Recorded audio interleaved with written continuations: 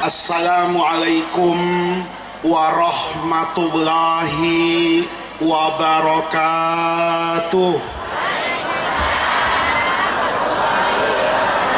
Bismillahirrahmanirrahim. Alhamdulillahi rabbil alamin. Wassalatu wassalamu ala ashrafil anbiya'i wal mursalin wa ala alihi wa sahbihi ajma'in, amma ba'du. Segenap para alim ulama yang saya muliakan, para kiai, para guru, para tokoh masyarakat, pejabat-pejabat pemerintah yang hadir baik sipil maupun militer, Bapak Ibu, hadirin hadirat sekalian yang saya muliakan. Saya tadi menikmati betul apa yang disampaikan oleh guru kita Kiai Haji Dawamul Ma'arif.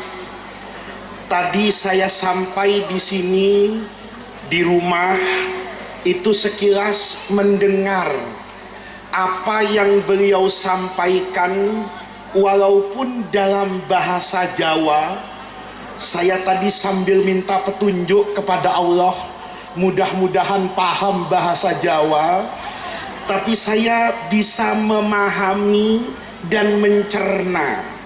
Kata beliau Kiai Dawam bahwa acara seperti ini itu tujuan utama dan pertamanya adalah mendoakan orang-orang yang sudah wafat, karena cepat atau lambat kita pasti akan sama dengan mereka.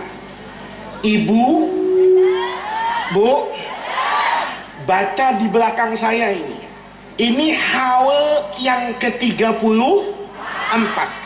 Tahun depan itu haul yang ke-35 kalau ibu hidup. Pak, Bapak, ini haul ke-34. Tahun depan haul ke-30 kalau Bapak hidup. Kalau ibu mati, ya tadi yang dipocong sama yang dibopong tadi itu, terus ibu lebih dulu dari saya tidak apa-apa, Bu. Kalau didahului soal itu tidak apa-apa, saya ikhlas. Ya, kalau ibu mau duluan itu tidak apa-apa, saya belakangan di belakang tidak apa-apa. Haul tahun yang akan datang itu haul yang ke-35 kalau kita hidup. Kalau kita mati, tahun depan itu tetap di sini yang ke-35, tetapi buat keluarga kita itu haul kita yang pertama, Pak.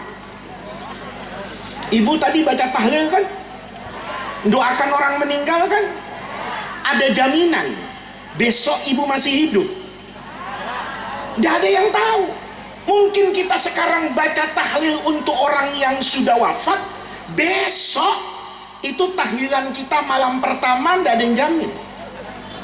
Biar kiai gagah, biar polisi gagah, biar tentara gagah, biar orang kaya gagah, semuanya mati. Nggak ada orang yang tidak mati, itu nggak ada. Maka acara kayak begini nih, bapak-bapak, ketika saya hadir, ini saya aneh, Pak. Saya bulan ini kali yang ketiga saya datang ke Tegal. Uniknya semuanya di kuburan. Betul, Pak. Saya minggu yang lalu itu acara malam-malam, Pak. Saya tanya, ini daerahnya apa namanya? Tegal Kubur, Pak, katanya.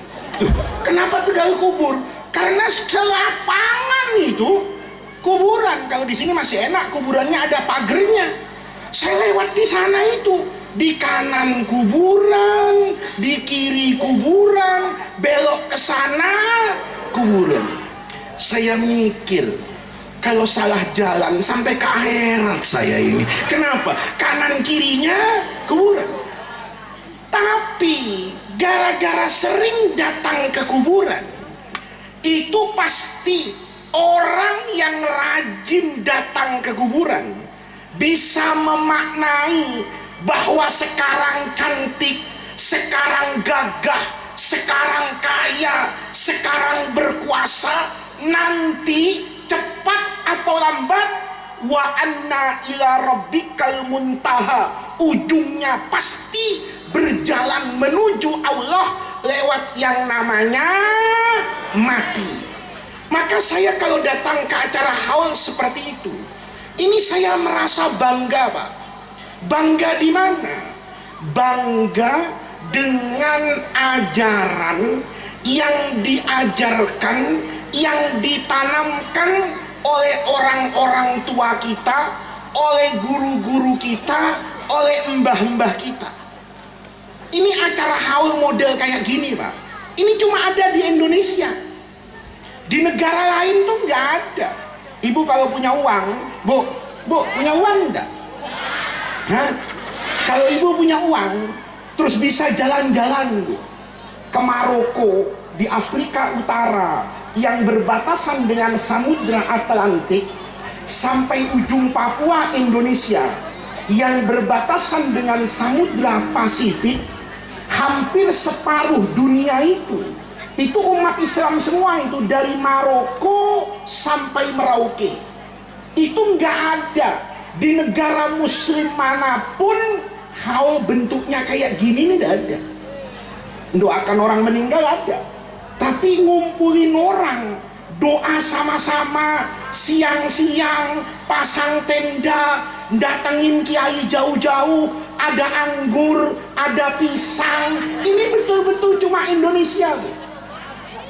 Tapi saya kadang-kadang jadi bangga bahwa tradisi, kebiasaan, budaya ini kan sebetulnya, Pak, ini bukan ibadah berdiri sendiri. Nggak ada ayat Quran nyuruh bikin haul tuh, nggak ada langsung. Hadis haul tuh nggak ada.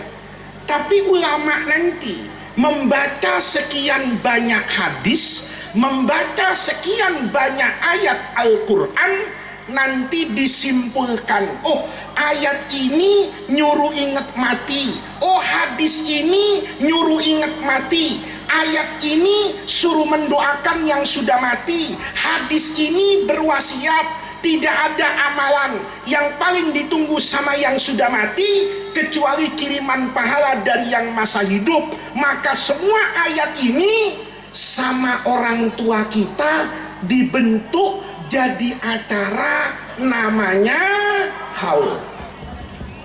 Ibu-ibu kalau nggak ada haul, nggak ke kuburan kan, Bu?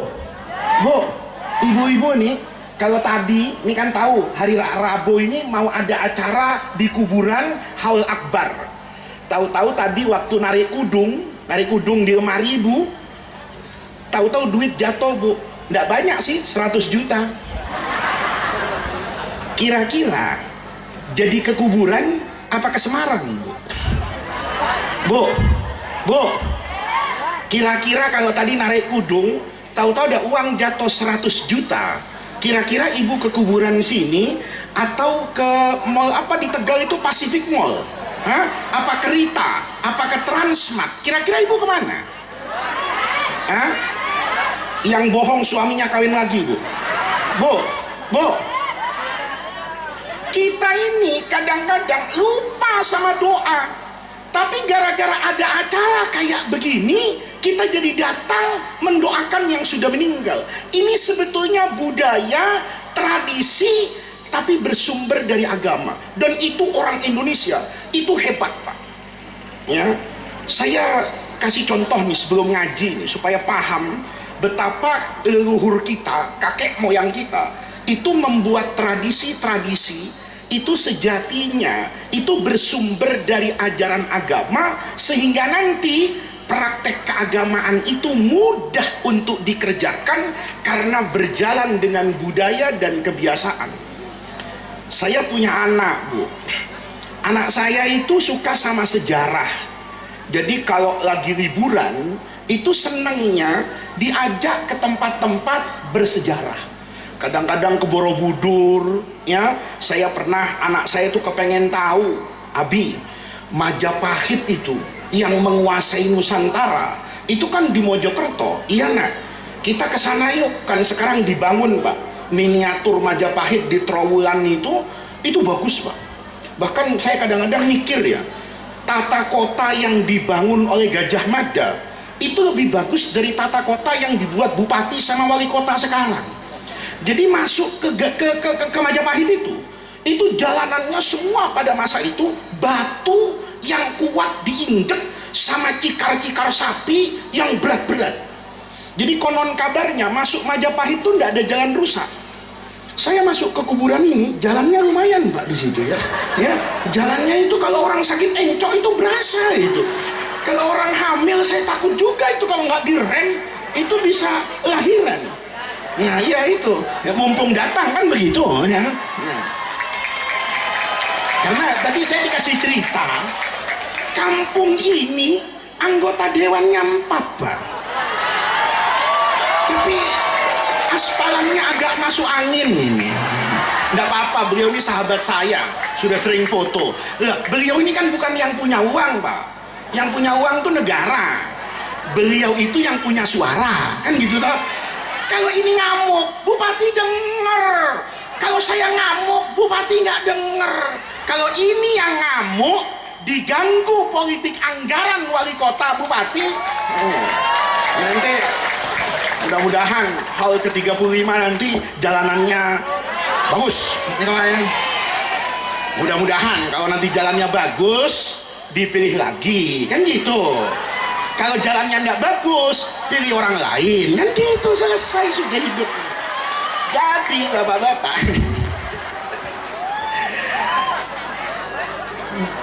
masuk ke Majapahit itu jalannya bagus. Ya, saya kalau masuk ke sana Pak, ke tempat bersejarah, itu pasti bayar orang yang ahli sejarah, namanya guide, petunjuk. Jadi saya nanya, Istana Majapahit di mana? Kalau ke Borobudur, jumlah cungkupnya itu berapa? Kan tidak semua orang tahu. Selesai dari situ, ini bukan ini mau pidato saya. Selesai dari Majapahit itu, saya bilang sama anak saya, nanti nak kita harus cepat pulang ini. Kenapa? Saya ada pengajian di Jogja. Ayo udah pulang Abi. Ini kejar udah lama ini Pak. Begitu sampai di Jogja, itu asar. Mau asar, lewat asar. Saya bilang sama anak saya, ayo kita sholat cari masjid. Anak saya ngomong, tapi masjidnya Abi harus masjid yang bersejarah. Maka saya ajak ke Masjid Gede Kauman di Jogja itu. Begitu masuk masjid itu, anak saya itu megang tangan saya. Abi, nggak bayar orang. Untuk apa kata saya? Untuk menerangkan masjid. Saya bilang sama anak saya, nah bapakmu ini tiap hari ke masjid. Bapakmu ini sekurang-kurangnya kiai. Hatam fikihnya masjid di Fathul Qorib itu tahu saya. Mau tanya apapun soal masjid, bapakmu ini orang masjid, jadi nggak usah nyewa orang. Oh gitu, anak saya diam. Ya sudah, sholat Pak. Selesai sholat, anak saya itu narik tangan saya. Bi, masjid ini unik, aneh katanya. Apa nak? Katanya. Lihat dindingnya. Jadi waktu saya sholat, di tempat saya sholat itu, dindingnya, ornamen gambarnya itu gambar buah salak. Nggak ada ya salak di sini ya.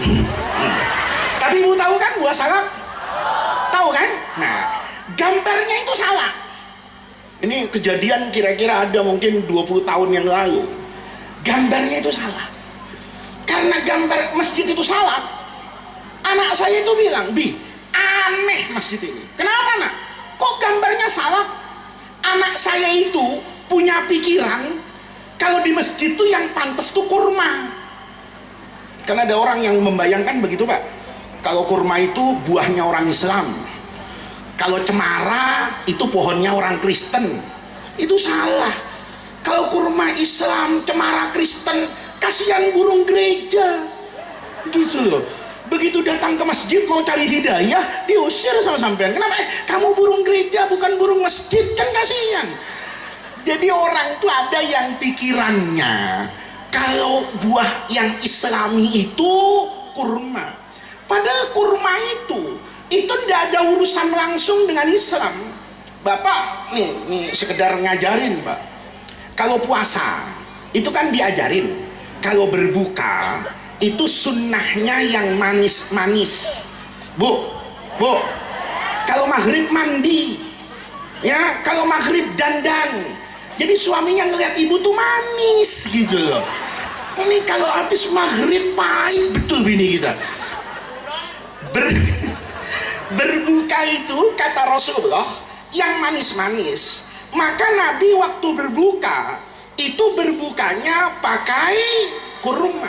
Pertanyaannya, kita di Tegal boleh jadi kan tidak ada kurma, boleh nggak berbuka pakai kolak ubi? Boleh. Kenapa? Dia manis.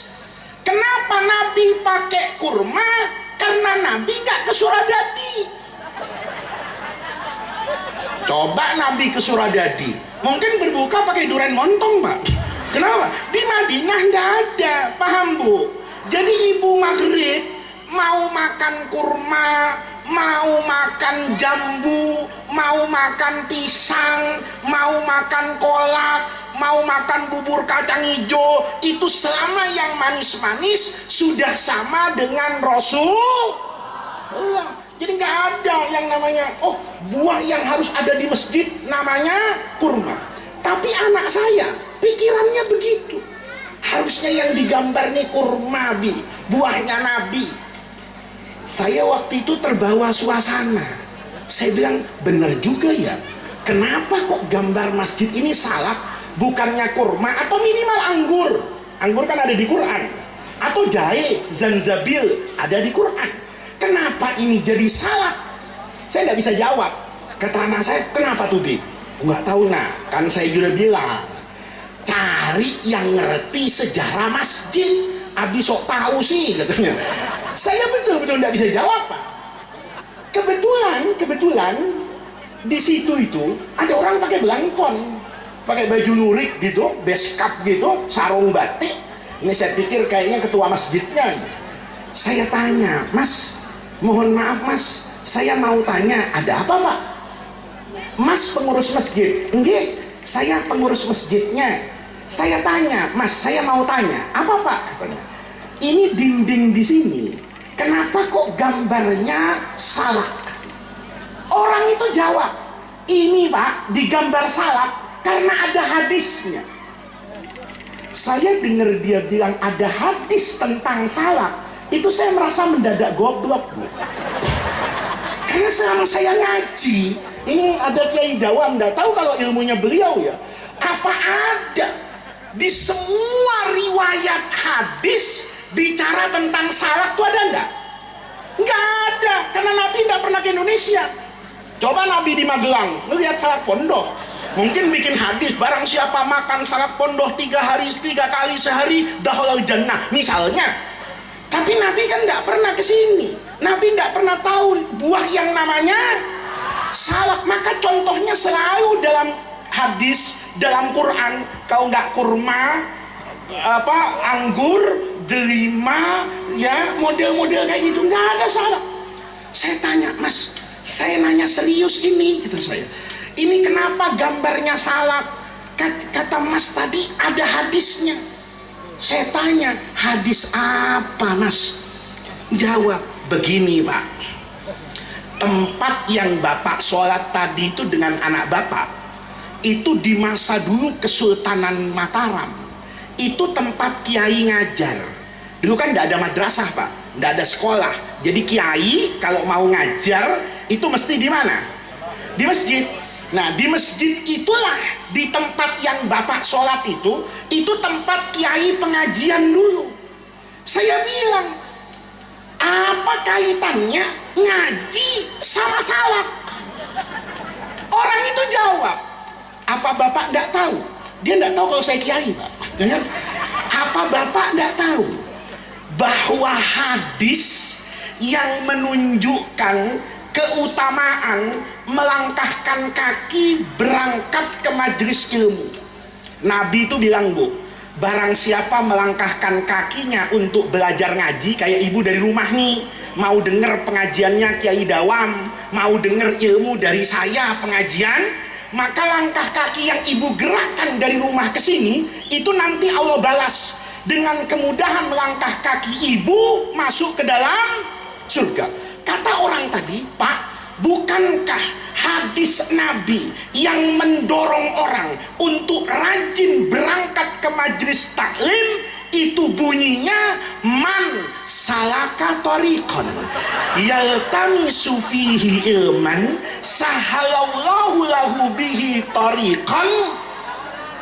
Masya Allah, saya dengar itu Pak Dewan merasa bodoh mendadak saya. Loh, iya ya kata saya, kenapa saya nggak pernah terfikir gitu loh untuk menjadikan salak simbolnya pengajian.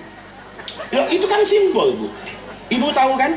Di sini saya baru tahu banyak pengrajin melati. Melati itu kan biasanya bunga untuk mengekspresikan kebahagiaan. Lawannya bunga Kamboja ini. Ibu nih, Bu, dulu masih muda nih, masih muda, cantik ya. Ada laki-laki ngasih bunga melati, tandanya ada laki-laki ngasih ibu bunga Kamboja, artinya didoakan cepat mati. Kenapa? Ini bunga Kamboja, jangan salah ngasih bunga. Nikahan bunga Kamboja. Kadang-kadang ada orang begitu Pak. Saya pernah datang ke acara pernikahan, mau akad nikah itu loh, koriknya itu baca ayat kematian. Saya curiga, ini jangan-jangan pengantin perempuannya ini ditaksir sama korik tapi ditolak gitu. Makanya bicaranya itu kematian aja, nggak sesuai. Nih Bu, jadi kalau ada bunga melati itu namanya simbol cinta. Ada bunga Kamboja itu simbol duka. Bendera Indonesia itu simbol Bu. Merahnya berani, putihnya suci. Maka salak ini kata orang Jogja tadi, itu kami jadikan simbol Pak. Begitu orang ngelihat salak, ingat majelis taklim. Masya Allah, ini kan budaya bagus. Kalau ibu lihat salak, ingat harganya. Coba orang dulu tuh ngelihat salak, ingat hadis man salaka. Saya tanya loh, kenapa enggak ditulis saja Pak? Kalau ditulis Pak, kata orang Jogja, itu hadis panjang, sulit dihafal. Kalaupun sudah hafal, sulit diingat. Kalaupun sudah diingat, itu bisa lupa. Tapi kalau saya ambil salaknya saja, langsung ingat, oh ini man salaka, pokoknya cari ilmu. Saya pikir-pikir ini budaya keren juga ini. Mestinya masjid-masjid sekarang ganti gambarnya salak. Yang menarik gitu Pak, saya kan terus jalan keluar dari masjid itu. Di selasarnya itu, pintu keluar itu, sebelum keluar banget, masih keluar dari gedung masjidnya, tapi masih ada emperannya. Itu ada gambar wajik. Ibu tahu kue wajik nggak Bu? Yang manis itu, pakai ketan itu digambar di dinding masjid. Anak saya narik tangan saya lagi, Bi, lihat, aneh, kok gambarnya wajik. Saya tidak berani jawab karena tadi salah, ada hadisnya. Saya kepikiran nih wajib ada apanya ini, kata saya. Maka orang tadi kan nganterin saya panggil, mas, ini kenapa mas gambarnya wajib? Jawab dia, itu ada ayatnya Pak, katanya. Saya dengar ada ayatnya, itu stres Pak. Kalau hadis saya nggak tahu, itu wajar. Karena hadis Nabi itu banyak, tidak ditulis dan dikumpulkan dalam satu kitab. Mungkin ada hadis yang ada di Sahih Bukhari, mungkin ada yang di Sahih Muslim, mungkin ada yang di Sunan At-Tirmizi. Maka saya untuk tahu hadis, saya butuh membaca banyak kitab. Tapi kalau Quran cuma satu, Quran ya segitu-segitu aja, 6.236 ayat dibagi pada 114 surah, membentuk 30 juz, diawali dari Al-Fatihah sampai An-Nas, itu Quran, tidak berubah. Saya yang kiai itu mikir-mikir, masa iya ya ada ayat wajib saya tidak tahu itu gimana. Tapi karena saya sudah kalah dengan orang tadi, saya tanya, ayat apa mas katanya. Begini pak katanya, tempat yang ada gambar wajibnya itu dulu zaman Kesultanan Mataram, itu tempatnya para kadi hakim memutus perkara, yang benar dikatakan benar, yang salah dikatakan salah. Jadi kalau sekarang tempat itu pengadilan negeri, saya tanya, lalu apa urusannya dengan wajib? Ayat pak, ayat dalam Al-Quran yang berbunyi waji'a, wajib ya, waji'a yauma idzin bi jahannama yauma idzin yatadzakkarul insanu wa anna lahu dzikra. Ayat itu maknanya dalam. Waji'a, nanti pada hari kiamat nih pak, semua orang, saya, bapak, semua, masing-masing orang itu sama Allah akan dihadapkan dengan neraka jahanam. Nih, saya ini nanti pak, semua manusia itu ayatnya dua. Yang pertama diperlihatkan nerakanya, terus Allah katakan, untung dulu kamu rajin ngaji di Tegal, untung dulu kamu rajin sholawatan di Tegal. Karena kamu rajin sholawat, kamu rajin ibadah, maka tempatmu yang mengerikan di neraka itu Allah tukarkan dengan kebun yang indah, istana yang megah di surga.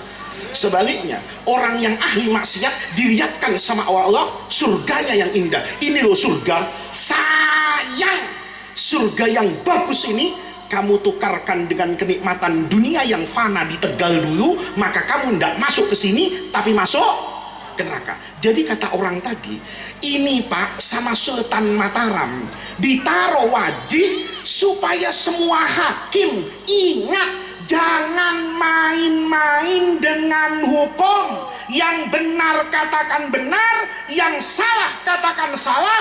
Kalau bermain-main dengan hukum, ingat ada neraka jahanam. Saya dengar itu kepengen jadi presiden. Kalau saya jadi presiden, semua kantor saya tempelin wajib agar pejabat di negeri ini tidak ada yang berani bermain-main dengan hukum. Ini yang tepuk tangan nih biasanya yang tidak apa bansos ini. Yang nggak dapat bansos ini, yang suka ditilang ini yang tepuk tangan biasanya. Bu, hebat kan? Gara-gara inget wajib, aparat negara itu betul-betul menjaga amanah jabatannya. Kalau sekarang itu kan orang-orang kehilangan barokah. Sekarang orang hilang barokah kok. Di Indonesia itu yang hilang itu berkah bu. Bukan kekayaan, bukan kehebatan, bukan ilmu. Yang hilang itu berkah. Contoh, ada orang ahli hukum kena hukuman. Coba pikir-pikir, ahli hukum kena hukuman. Orang yang kerjaannya menghakimi dan menghukumi sekarang dihukum. Itu tidak masuk akal saya. Tapi hari ini terjadi. Benteng keadilan, Mahkamah Agung dan Mahkamah Konstitusi, berapa hakim MK, berapa hakim agung yang terpaksa hari ini masuk ke dalam penjara karena berani bermain-main dengan kebenaran di negeri ini. Jadi dulu itu orang tua kita keren. Saya cita-cita pak, cuman kayaknya nggak tercapai. Saya kalau jadi presiden, baju seragam saya gedein wajib di depannya ini. Wajib, wapres saya. Kalau Mas Gibran mau pasangan sama saya nanti, ya, saya presidennya, Mas Gibran wapresnya, ya. Saya mau Mas Gibran, yuk kita setiap hari pakai wajib. Saya kepengen bicara sama Jenderal Listio itu Kapolri, Mas Jenderal, bagaimana kalau seragam kasih wajib semuanya. Semua partai gambarnya wajib semua. Kenapa? Agar setiap pemilu tidak ada lagi bermain-main dengan yang namanya pilihan rakyat. Bagus nggak? Cuman wajib ngingetin kita sama neraka. Sekarang ayat kursi, tinggal kursinya. Nggak tahu ayatnya kemana itu. Kalau mau kampanye, mau pemilihan, rajin baca ayat kursi. Begitu dapat kursi, ayatnya nggak dibawa, Pak. Kenapa Bapak tertawa? Saya curiga kalau Bapak tertawain. Kayaknya punya pengalaman panjang nih selama pilkada di masa reformasi ini. Bu, itu yang namanya simbol. Simbol itu kalau dipahami maknanya dalam. Saya jalan nih, 3 aja lah. Kalau saya terangin semua masjid ngajiin sampai asar nanti, ya. Keluar saya. Begitu keluar dari masjid tadi itu, anak saya narik tangan saya lagi. Bi, lihat. Di halaman masjid, keluar masjid itu lurus Pak, kanan kiri 2 itu ditanami pohon sawo. Sawo, tahu sawo enggak Pak? Sawo yang coklat itu, yang manis. Nah, ditanami pohon sawo. Kata anak saya, lihat Bi, pohonnya cuman sawo semuanya. Kenapa ya? Udah nak, nggak usah tanya sama saya, tanya sama orang ini, kata saya. Akhirnya anak saya nanya, Mas, ini kenapa Mas? Kok di depan masjid gambarnya sawo? Orang itu jawab, begini Dek, adik tahu enggak, kalau masuk ke masjid, pekerjaan apa yang paling afdol dilakukan di dalam masjid? Maka anak saya jawab, yang paling afdol ya sholat berjamaah. Kata orang tadi, sholat berjamaah yang paling sempurna itu yang gimana Dek? Anak saya jawab, yang lurus softnya. Makanya imam kalau sebelum mimpin sholat itu nengok ke belakang, ngomong, istawu sufufakum fa inna tasfiyatas sufuf min tamamis sholat. Istawu itu dalam ilmu syaraf sering diringkas jadi sawu sufufakum, karena imamnya sering sawu, maka kita tanam pohon sawu. Begitu mau masuk ke masjid, lihat sawu, nanti di dalam masjid istawu, lurus. Bagus nggak simbol? Bagus nggak simbol? Bagus. Maka acara kayak begini itu ada simbolnya, ada isinya. Simbolnya salat, isinya ngaji. Simbolnya wajib, isinya keadilan. Simbolnya sawo, isinya lurus. Nih, ini penting nih, ya. Kadang-kadang orang haul itu nggak ikut tahlilannya, Pak.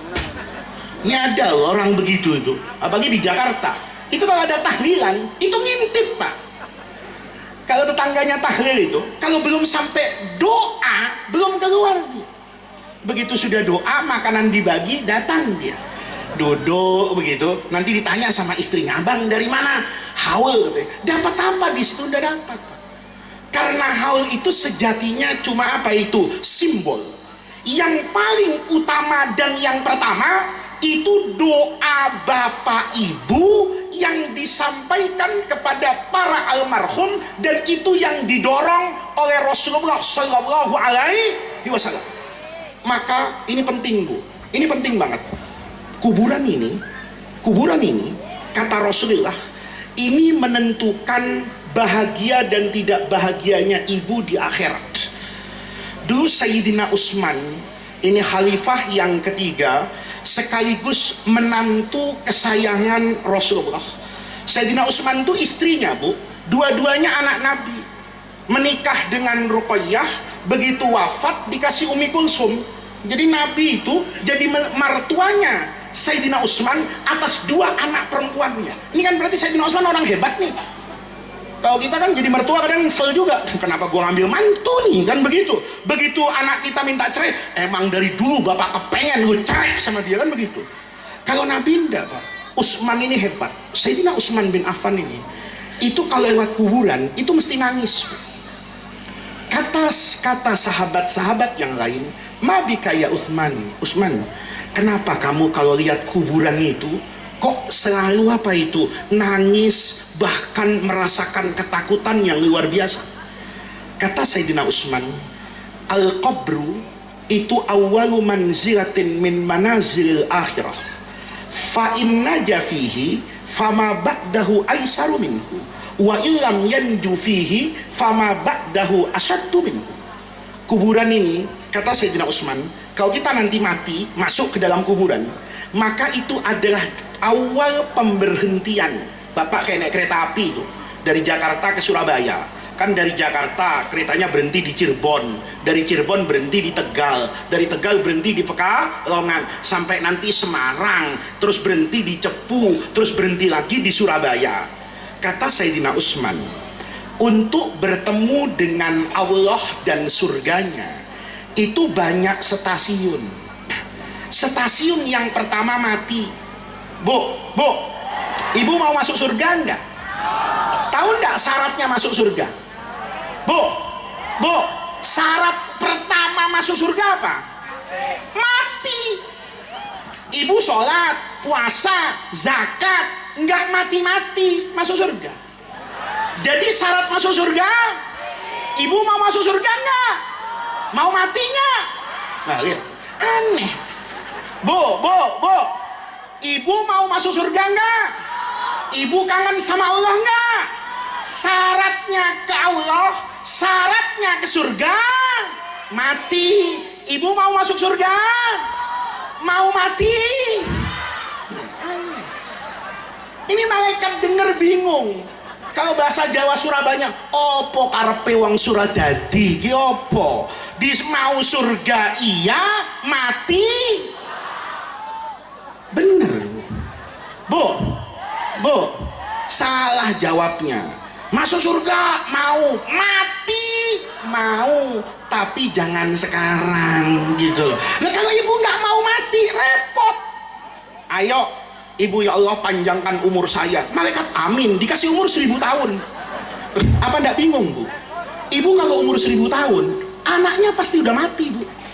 Cucunya mati, cicitnya apa di bawahnya cicit? Curut, ya kan? Ya. Sampai ke bawah mati, ibu lalu mau hidup dengan siapa? Kalau ibu umurnya 1000 tahun, sekarang tahun 2025, berarti 1000 tahun yang lalu itu tahun 1025. Itu Majapahit belum ada bu. Ibu masih hidup tengah hutan, apa-apa naik kuda, bangun lihat Pak Prabowo. Kira-kira bingung enggak? 1000 tahun kita semua ini pasti mati. Kata Sayyidina Utsman, untuk masuk surga, untuk bertemu dengan Allah, stasiunnya banyak. Yang pertama mati. Setelah mati, stasiun kedua kuburan. Kata Sayyidina Utsman, kenapa saya nangis kalau lihat kuburan ini? Karena kalau saya selamat di kuburan, ditanya nih bu sama malaikat di kuburan nanti ini, siapa nama malaikatnya? Mungkar wa nakir. Nanya dia, man robbuka. Ini aneh lagi ini. Ini ujian tapi sudah dibocorin sama Allah. Soalnya dibocorin, jawabannya dibocorin. Rasanya bapak-bapak nih, kalau sekarang ujian praktek sama saya, lulus semua pak. Coba saya malaikatnya, bapak jenazahnya ya. Saya tanya sama bapak, man robbuka? Jawabannya Allahu Rabbi. Hafal nggak bu? Hafal. Ini kata Sayyidina Utsman, ini ujian yang aneh. Soalnya dibocorin, jawabannya dihafal, tapi menentukan masa depan. Ibu bisa jawab lancar di situ, lurus ke surga. Kalau ibu di kuburan sudah tidak bisa jawab, maka jangan berharap bu bertemu dengan hisab, bertemu dengan padang mahsyar, bertemu dengan siratal mustaqim. Itu semuanya jauh lebih sulit. Maka hari ini kita datang ke sini, ini loh. Nanti kalau sudah dikubur bu, ini kira-kira nasib kita kayak apa? Ini penting. Dulu guru saya punya cerita. Saya punya guru dulu di Syria, almarhum Profesor Muhammad Said Ramadan Al-Buti. Beliau itu pernah ngasih nasihat, cerita. Kata beliau, dulu di Syria itu ada anak muda itu nyeret jenazah, Pak. Biasanya orang kalau mau dikubur itu kan jenazahnya dinaikkan di keranda. Apa kata orang Tegal? Apa? Katil. Ya Allah, namanya katil. Katil itu kalau kata orang Malaysia kamar. Ditaruh di atas katil, kan digotong rame-rame, Pak. Ini enggak. Jenazahnya itu ditaruh di atas kayu.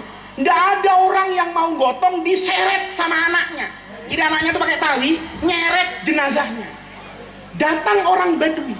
Orang Badui itu kebetulan ketemu. Nanya, "Nak, ini siapa yang kamu seret-seret ini?" "Bapak saya." Loh, orang kampung, apa namanya desa ini? Sida. Saya agak bingung sama orang Tegal nih. Ini orang Jawa apa orang Sunda? Saya tadi nanya, ini Suradadi apa Surodadi? Nah, kan Suradadi kan. Padahal kalau Jawa biasanya tapi ini setengah Jawa setengah Sunda ini, ya kan? Ini namanya Sidaharja. Kayak ada orang, nauzubillah, ini bapaknya tuh diseret, Pak, mau ke kuburan di Sidaharja. Maka kata orang Badui ini yang datang dari mana, orang yang suka muter-muter itu, "Nah, ini siapa?" "Ini bapak saya." "Loh, itu orang kampung Sidaharja gimana sih? Ini yang namanya ngurus jenazah kan hukumnya fardu kifayah. Kalau nggak ada yang mau nguruskan orang sekampung dosa." Kata anak tadi, "Enggak, Pak, yang dosa bukan orang kampung, bapak saya." "Loh, kenapa?" "Bapak saya ini sejahat-jahatnya orang di Tegal nih, bapak saya. Semua dosa pernah dikerjakan oleh bapak saya. Bapak saya itu kalau lihat perempuan, mau perawan, mau janda, mau nenek-nenek, sikat." Lihat nih, ini kejahatannya luar biasa. Nyolong sendal sampai nyolong motor sudah. Minum minuman keras sudah. Bapak saya sejahat-jahatnya orang. Maka ndak ada orang kampung yang mau ngurus jenazah bapak saya ini, nggak ada. Maka terpaksa saya sendiri yang ngurus. Farok kokol berrojul. Maka orang Badui tadi itu yang ketemu ndak sengaja di jalan itu hatinya kasihan, Pak. Ya Allah, kata orang ini, bagaimanapun kan agama mengajarkan walaqad karramna bani Adam. Semua anak Adam, jangankan yang seagama, yang non muslim pun itu berhak untuk mendapatkan penghormatan ketika dia dibawa ke alam kubur. Nggak boleh ngubur manusia itu kayak ngubur apa itu? Kucing, nggak boleh. Kenapa? Walaqad karramna bani Adam. Karena dia kasihan. Ngomong sama anak tadi, "Ya sudah, Nak, ayo kita gotong berdua, jangan diseret. Kamu di depan, saya di belakang, digotong nih." Begitu sampai di kuburan, anaknya macul gali kubur itu, terus orang Badui ini bilang, "Kamu yang di atas, saya yang di bawah." Kata orang Jawa, saya enggak bisa Jawa Tengah, Jawa Timuran, Surabaya itu bilang, anaknya yang gotong di atas tanah, si Badui ini di dalam kuburan nampani. Tahu nampani, Pak? Apa nampani itu? Paham? Ya, nampani. Jadi jenazah itu, kalau tadi kan bisa bayangin kalau sendirian, mungkin dilempar ke kuburan, Pak. Karena ada yang gendong dia, yang Badui ini masuk di liang kubur itu nampani. Begitu nampani, ya biasa di menghadap kiblat, tali pocongnya dibuka, kemudian dikubur biasa. Selesai ngubur salaman, "Ya sudah, Nak, ya, saya sudah selesai." "Oh ya, Pak, terima kasih nggih." Pergi dia. Malam harinya, ini menarik, Pak. Malam harinya anaknya ini mimpi ketemu bapaknya. Padahal bapaknya ini sejahat-jahatnya orang. Tiba-tiba dalam mimpinya bapaknya itu pakai baju putih, bersih, wangi, sorbanan kayak Sunan Kalijaga, Pak. Ini, ya Allah, bapak saya sorbanan, pakai sarung, pakai baju putih. Wong selama hidupnya nggak pernah punya sarung, nggak pernah sholat, nggak pernah ke masjid. Kok bapak bagus betul ini?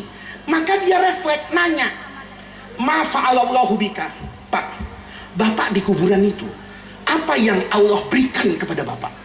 Bapaknya jawab dalam mimpi itu, khairan, Allah itu baik sama saya. Kebangun anaknya, Masya Allah. Kebangun kenapa? Karena dia terganggu. Dia membayangkan bapaknya sekarang itu sedang direbus sama malaikat. Mungkin dimutilasi, dipotong-potong, digebukin, disiksa.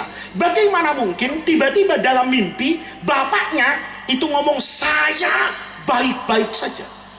Maka dia terbangun tuh, alah bunga tidur nih, kebanyakan mikirin dosanya bapak. Maka tidur lagi dia. Besoknya mimpi lagi, malah hebat. Bapaknya pakai sarung naik Yamaha NMAX. Ini Yamaha NMAX-nya dari saya Pak Dewan, ya kan? Guru saya tidak bilang Yamaha NMAX, ya tentu motor di sana. Ini naik Yamaha NMAX, Masya Allah. Bapaknya putih bersih, Yamaha NMAX-nya putih bersih. Maka ditanya sama orang tadi itu, Pak, ini malam kedua di kuburan, kok bisa punya Yamaha NMAX? Dikasih cash sama Jibril. Bapak masih kredit, padahal udah sholat 10 tahun. Tapi kreditnya nggak sembuh-sembuh, kan begitu. Ini saya dapat motor, Masya Allah, kok bisa? Kebangun lagi. Ya Allah, kebanyakan mikirin bapak nih katanya. Akhirnya mikir begitu, dia nggak percaya Bu. Tidur lagi besoknya, mimpi lagi. Sekarang bapaknya bawa Innova, gemuk, putih, bersih. Dia tanya, ya Pak, jujur Pak, mafa'alallahu bika. Maka kata bapak tadi, khairan. Di sini anaknya tuh dalam mimpi nanya, kok bisa sholat enggak, puasa enggak pernah, godain janda tiap hari, kan gitu. Kok bisa Allah ngasih bapak kayak begini? Lihat Bu, kata bapak tadi polos, bidu'ai zakar rojul. Dalam mimpi itu bapak tadi nunjuk badui yang masuk ke kuburan nampani jenazahnya. Saya bisa begini ini itu karena doanya badui tadi. Maka begitu bangun dia cari badui tadi. Baduinya udah jalan kemana-mana, asalnya ngubur di Sidaharja, baduinya udah sampai Semarang.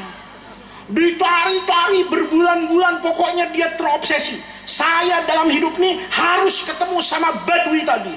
Dia cari mukanya itu, dia ingat betul. Ketemu di tempat yang sudah jauh, melalui masa yang sudah panjang. Begitu bertemu, dia panggil orang tadi, Pak, katanya. Dia udah lupa nih, kamu siapa katanya. Saya Pak, dulu anak muda yang nyeret mayat. Oh, yang bapakmu bajingan itu. Iya, kondak enak itu. Yang bapakmu katanya bajingan kampung itu. Iya Pak. Ada apa lagi katanya. Saya mau nanya Pak. Lihat, ini penting Pak. Saya mau nanya Pak. Waktu bapak dulu nampani jenazah bapak saya, masukkan ke kuburan, bapak doa. Iya, saya doakan. Doa apa? Ini catat Pak. Doa itu kata guru saya, itu tidak harus redaksinya bagus. Doa itu tidak harus menggunakan bahasa Arab. Doa itu tidak harus nyontoh persis apa yang diajarkan kiai, tidak harus. Tapi doa itu yang paling utama, syarat untuk diterima oleh Allah itu menyatunya hati dan perasaan bapak kepada penghambaan kepada Allah. Lihat. Maka orang tadi nanya sama badui ini, doanya apa? Nih, doanya kata badui tadi, saya tidak doa apa-apa, saya bukan kiai. Saya tidak doa apa-apa, saya tidak bisa ngaji. Maksa dia. Tapi bapak doakan kan? Iya saya doakan. Doa apa? Begini, ini Pak penting. Waktu kamu cerita bapakmu itu bajingan, saya itu kepikiran, kayak apa nanti bapakmu masuk kuburan ini. Kalau sudah masuk kuburan hancur, lalu bagaimana nanti dihisab, bagaimana nanti di mizan, bagaimana di sirat. Saya kepikiran tuh, saya kasihan. Maka waktu saya letakkan jenazah itu, saya itu nggak doa, tapi ngomong sama Allah. Nih Pak, perasaan bahwa Allah itu maha dekat, bahwa Allah itu maha baik, bahwa Allah itu maha rohman, maha rohim, itu nanti yang bisa menjamin doa bapak dikabulkan oleh Allah. Kata anak tadi, ngomong apa Pak? Begini, saya ngomong sama Allah gini, Allahumma, ya Allah, ana abdukal fakir. Saya ini semiskin-miskinnya orang. Di Tegal, nih ibarat Tegal, nggak ada orang yang lebih miskin dari saya. Saya ini paling miskinnya orang di Tegal. Nggak punya uang, nggak punya apa-apa. Tapi semiskin-miskinnya saya, idza ma ja'ani dhaifun, kalau saya kedatangan tamu nih, saya semiskin-miskinnya nggak punya uang nih, kalau ada tamu datang ke rumah saya, akramtuhu, saya hormati. Sekalipun saya nih nggak punya uang, tapi datang tamu, saya akan lari ke tetangga cari utangan untuk beli sate kambing cempek lemu. Jangan kambing tua Pak, tamunya kasihan ya kan. Saya ini kalau ndak punya uang, semiskin-miskinnya saya, tapi kalau saya kedatangan tamu, walaupun saya harus hutang, saya harus pinjam, akramtuhu, saya hormati tamu saya. Wahada, jenazah ini ya Allah, tamumu di alam barzah. Kalau saya yang miskin bisa menghormati, menjamu tamu saya, wa anta akramul akramin, engkau ya Allah jauh lebih kaya, jauh lebih dermawan, jauh lebih mulia dari saya. Kalau saya yang hina bisa menghormati tamu saya, apalagi Allah. Ini catat Bu, nanti kalau mati nih ya, bapak-bapak nih semua nih, kalau mati nih, pikirin siapa yang naruh kita di kuburan. Jangan percaya sama tukang kuburan, apalagi di kota, di Jakarta itu Pak, kuburan itu pakai duit. Maka santri saya itu pernah nanya, guru, kuburan itu dunia apa akhirat ya? Loh kenapa nak? Soalnya kakek saya dikubur di Jakarta, itu setahun harus bayar 400.000 Pak. Kalau nggak bayar 400.000, diisi orang lain. Kenapa? Dihitung sewa. Maka santri saya nanya, kuburan ini dunia apa akhirat? Kalau dunia sudah nggak ada KTP-nya, kalau dunia sudah ada surat kematian, kalau akhirat masa iya sampai akhirat bayar kontrakan, kan begitu. Hati-hati Pak, di kota besar itu kadang-kadang anaknya nggak diajarin agama, nggak ngerti talqin, nggak tahu tahlil, yang ngubur tukang kuburan, biasanya nego harga. Kamu berapa ngubur kakek nih? Biasanya orang Jakarta tuh main ngomong aja Pak, 1 juta dah katanya, 1 juta beres, kakek lu gua antar ke akhirat. Ditawar, gimana kalau 100.000? Mungkin seminggu itu nggak banyak orang mati, pemasukan lagi sepi. Oh udahlah, daripada nggak dapat 100.000, iya. Tahu dilempar jenazah kakek bapak, mungkin ditendang pakai, masuk loh 100.000 mau dihormati, kan begitu. Padahal Bu, itu detik yang paling menentukan masa depan ibu. Ibu bisa kehilangan harta sekarang, tapi harta bisa dicari. Pak polisi mungkin bisa kehilangan jabatan, tapi jabatan itu masih bisa dicari. Saya mungkin banyak kehilangan kesempatan, tapi kesempatan itu mungkin datang lagi. Tapi ini cuma sekali. Nabi ngajarin, jenazah yang ditaruh, bismillahi wadoknaka wa ala millati rasulillahi salamnaka. Ya Allah, bismillah, dengan namamu saya taruh jenazah ini, wa ala millati rasulillah, punya kartu anggota partainya Rasulullah saya serahkan. Nanti Pak Dewan, di akhirat partai itu tinggal 2, partai Allah dengan partai setan gitu. Partainya Allah yang baik-baik nih, yang sholat, yang puasa, yang ceramah nggak pakai tarif. Ada juga kiai aneh-aneh itu. Ada kiai sekarang tuh kayak taksi Bu, ada tarifnya jauh dekat, pakai DP kayak kredit tuh, masya Allah. Itu kiai kayak gitu tuh, kiai kreditan itu ya. Itu kiai kayak gitu nanti gabung sama partai setan itu. Pejabat yang nyusahin rakyat itu partainya partai setan, koalisinya, pemimpinnya iblis, insya Allah ke neraka. Tapi yang jujur, yang bersih, yang mengedepankan rakyat, partainya Allah, insya Allah masuk ke dalam surga. Nanti pikirin Bu, Siapa yang meletakkan itu di pertama kali, dan siapa yang mau berdoa dengan tulus kalau bukan orang yang punya ikatan emosional dengan kita? Nih Bu, doa itu tidak harus orang yang hebat, tidak harus. Ibu, nanti yang doakan saya Kiai A, Kiai B, tidak harus. Yang harus Ibu ingat, Bapak ingat, yang doa ini orang yang tulus menyayangi Bapak, yang bisa berdoa lahir dari rasa cintanya kepada yang mati dan rasa percayanya kepada Allah Subhanahu wa Ta'ala.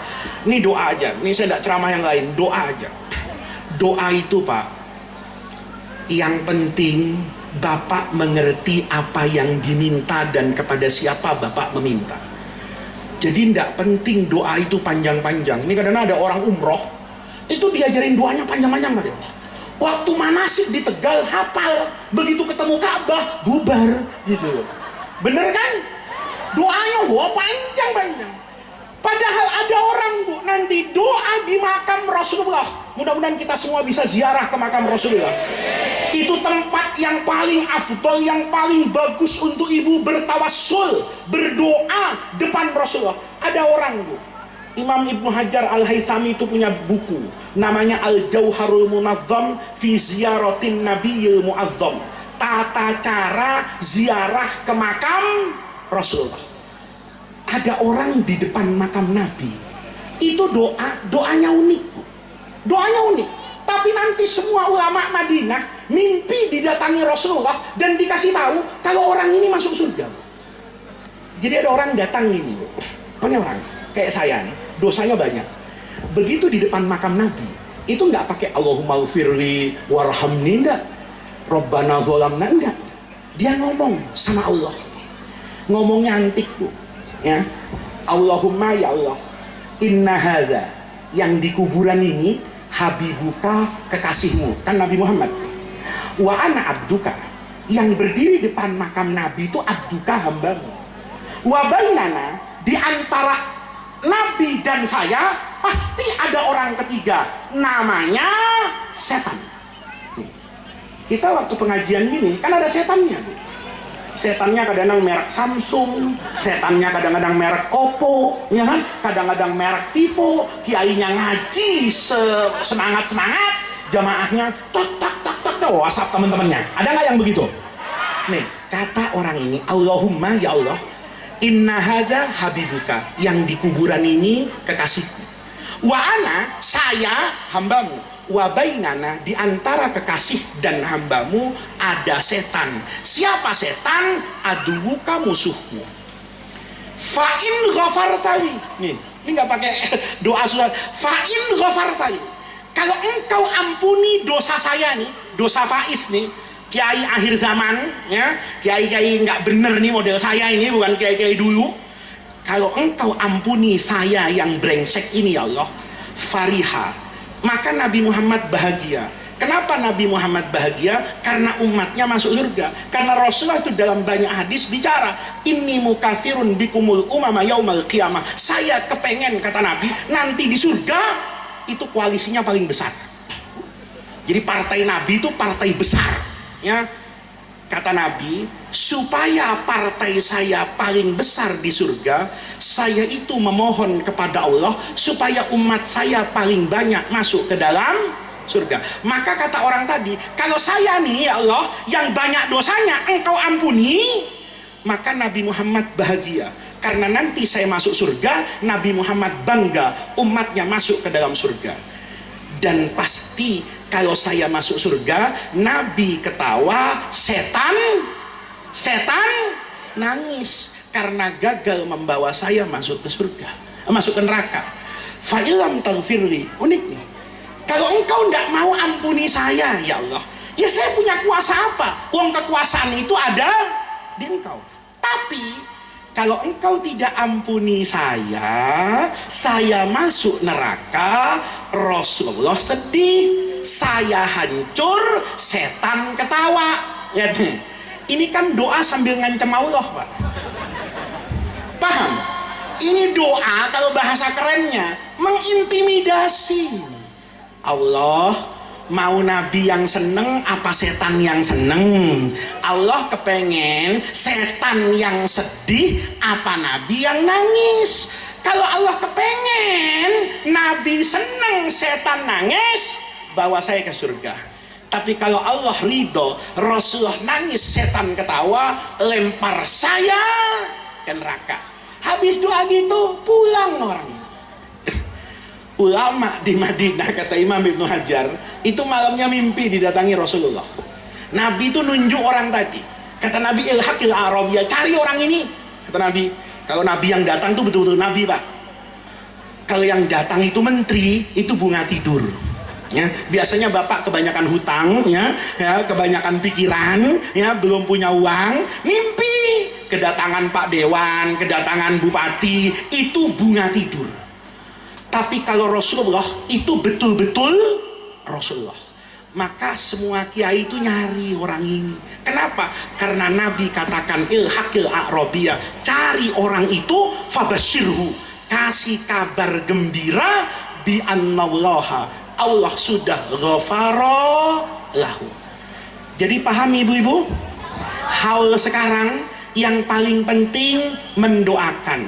Hari ini kita mendoakan, mungkin besok kita didoakan. Kalau kita sekarang rajin mendoakan orang, mudah-mudahan saat kita menjadi seperti mereka di alam kubur, akan banyak doa yang sampai kepada kita. Sebanyak dulu kita juga sering menyampaikan doa kepada mereka yang sudah wafat. Jadi ini halnya baru sampai sini, ya, baru perjalanan di alam kubur, ya. Perjalanan selanjutnya kalau bapak ngundang saya lagi, ya, kan gitu. Kalau nanti saya terangkan semua sampai asar, ndak sholat zuhur, hawalnya dapat pahala, ndak sholatnya dapat dosa. Itu namanya orang pinter separoh, banyak gobloknya. Kenapa? Rajin datang ke pengajian tapi ninggalin. Nah, nih jangan lupa Bu, ngaji sampai sore, suaminya begitu pulang dari sawah ndak ada makanan. Kok ndak ada nasi, Dinda? Tadi saya Pak habis ngaji ikhlas. Ikhlas itu adalah kepasrahan kepada Allah. Ada yang dimakan ikhlas, ada yang tidak dimakan ikhlas. Istri kayak begitu, rendem Pak di sumur 7 hari 7 malam. Kenapa? Ngaji itu bagus, tapi menjalani kewajiban sebagai istri itu hukumnya wajib. Bapak ngaji bagus, tapi ke sawah hukumnya wajib. Jangan istrinya terus diajarin yang enggak. Ada nih orang, istrinya dipaksa puasa Daud, sehari puasa sehari makan, sehari puasa sehari makan. Boleh nggak? Boleh, asal uang belanjanya tetap. Nih suami kita, suami akhir zaman ini, karena enggak mau ngasih uang sama istrinya, istrinya disuruh puasa. Mbak, belanja beras udah puasa. Bapak puasa tiap hari boleh enggak? Boleh. Walaupun yang paling afdol itu puasa Daud, sehari puasa. Seandainya bapak mau tirakat puasa beneran, boleh nggak? Boleh. Tapi nyuruh istrinya kayak bapak, nggak boleh. Itu bukan suami soleh, itu suami pelit, ya kan? Itu bukan suami soleh, itu suami tidak bertanggung. Maka ngajinya sampai sini, pulang ingat, haul itu cuma simbol. Seperti simbol salak yang mendorong kita ngaji, seperti simbol pohon sawo yang membuat kita lurus softnya. Haul itu tadi kata Kiai Dawam mengingatkan kita kepada kematian. Setelah mati, yang pertama yang dibutuhkan itu adalah doa dari yang hidup dikirimkan kepada yang sudah wafat. Doa-doa itulah yang paling diharapkan kelak untuk kita bisa bertemu dengan ridho dan rahmat Allah Subhanahu wa ta'ala. Maka mudah-mudahan hadirnya kita di makbaroh ini, hadirnya kita di acara haul ini, Allah jadikan sebagai tawassul dan wasilah kita semua untuk mendapatkan khairat dunia wal akhirah. Mudah-mudahan langkah kaki yang kita gerakkan ke majelis ini nanti menjadi amalan kita yang mendatangkan ridho Allah saat kita masuk ke alam barzahnya. Mudah-mudahan semua ahli kubur yang ada di makam ini, yang nama-namanya kita baca dan kita doakan arwah-arwah mereka, mudah-mudahan mereka dilapangkan kehidupannya di alam kubur. Mudah-mudahan mereka dibimbing oleh Allah Subhanahu wa ta'ala untuk bertemu dan berkumpul dengan para nabi, dengan para anbiya wal mursalin wassalihina wasyuhada, dengan para orang-orang yang soleh bersama dzurriyyah dan kita semua. Mudah-mudahan Allah jadikan jam'ana hadza jam'an marhuma wa tafarruqana min ba'dihi tafarruqan ma'suma. Rabbana atina min ladunka rahmah wa hayyi lana min amrina rasyada. Allahumma la tahrimna khaira ma indaka li syarri ma indana. Kurang lebihnya saya mohon maaf. Wallahul muwaffiq ila aqwamit thariq. Wassalamualaikum warahmatullahi wabarakatuh.